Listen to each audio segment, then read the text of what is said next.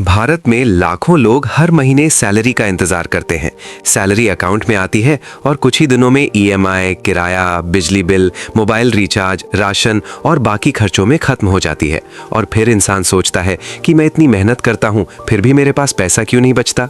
मान लो एक आम इंसान है जिसका नाम रवि है, जो 30,000 रुपए महीना कमाता है और उसने सोचा कि जिंदगी थोड़ी आसान बनाने के लिए ईएमआई पर बाइक ले लेता हूँ। फिर उसने ईएमआई पर फोन ले लिया, फिर धीरे धीरे उसने पर्सनल लोन भी ले लिया। शुरू में सब आसान लगा क्योंकि ईएमआई छोटी लग रही थी, लेकिन कुछ महीनों बाद उसकी आधी सैलरी ईएमआई में जाने लगी।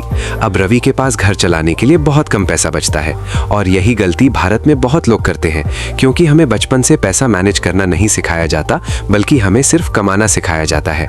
सच्चाई ये है कि ईएमआई खुद बुरी चीज नहीं है, लेकिन ज्यादा ईएमआई लेना सबसे बड़ी फाइनेंशियल गलती होती है, क्योंकि ईएमआई हमारी आने वाली सैलरी को पहले से ही बांध देती है।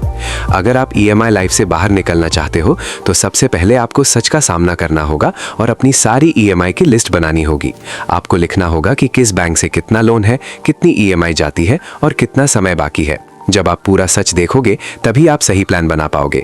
इसके बाद आपको सबसे ज्यादा ब्याज वाले लोन को पहले खत्म करना होगा, जैसे क्रेडिट कार्ड और पर्सनल लोन, क्योंकि ये लोन आपका सबसे ज्यादा पैसा खा जाते हैं। इसके बाद आपको एक बहुत जरूरी फैसला लेना होगा कि जब तक पुराना लोन खत्म नहीं होता तब तक नया लोन नहीं लेना है।